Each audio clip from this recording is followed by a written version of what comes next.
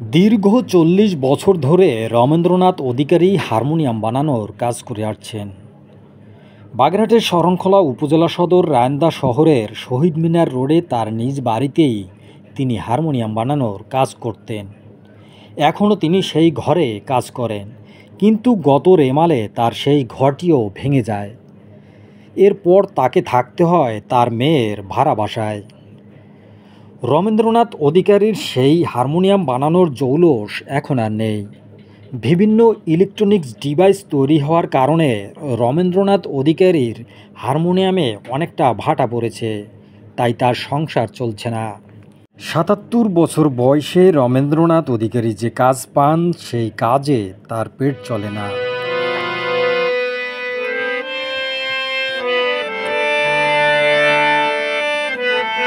বলো ৬ মাসও একটা হয় না।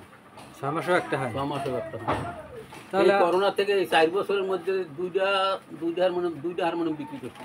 হ্যাঁ, আর বিক্রি করতেই পারিনি। আর পুরানো যা সারটা সারাইতে আসে, সারিয়ে থুই নিতে আসে না। বলে যে পয়সা করে হইলে আসবো, আসে না। ফোন করি তাদের বাড়িতে যাই, তারপরেও আসে না। হ্যাঁ, এই অবস্থা।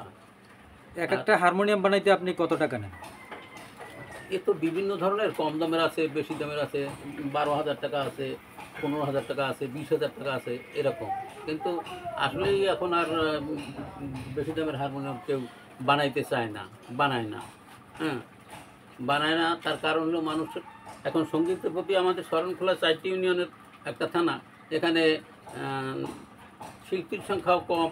তারপর আগে অঙ্কুর ছিল, মানে সঙ্গীত স্কুল ছিল, এখন আর তো সেসব কিছু নাই। অঙ্কুর ছিল, সেসবগুলো নাই, যার জন্য এর চাহিদা খুব কমে গেছে। এখন আমি যে কী করবো, কোন কাজ করবো, ভাবতেই পাই না।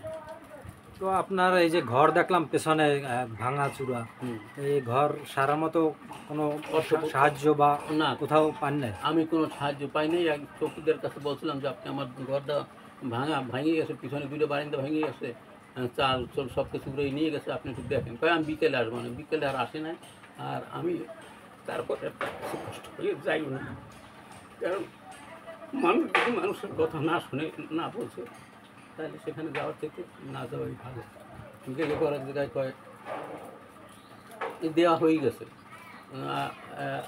আর নাই, সিলিপ নাই, দেওয়া হয়ে গেছে, এরকম বলে। শুনতে লজ্জায় যাই না কোথাও। কষ্টে জীবনযাপন করতেছি, করার তো কিছু নাই, পার্থক্য জীবন, করার কিছু নাই। খুব কষ্টে দিন যাপন করতেছি। বলতে গেলে অর্ধারে অনাহারে দিন কাটে।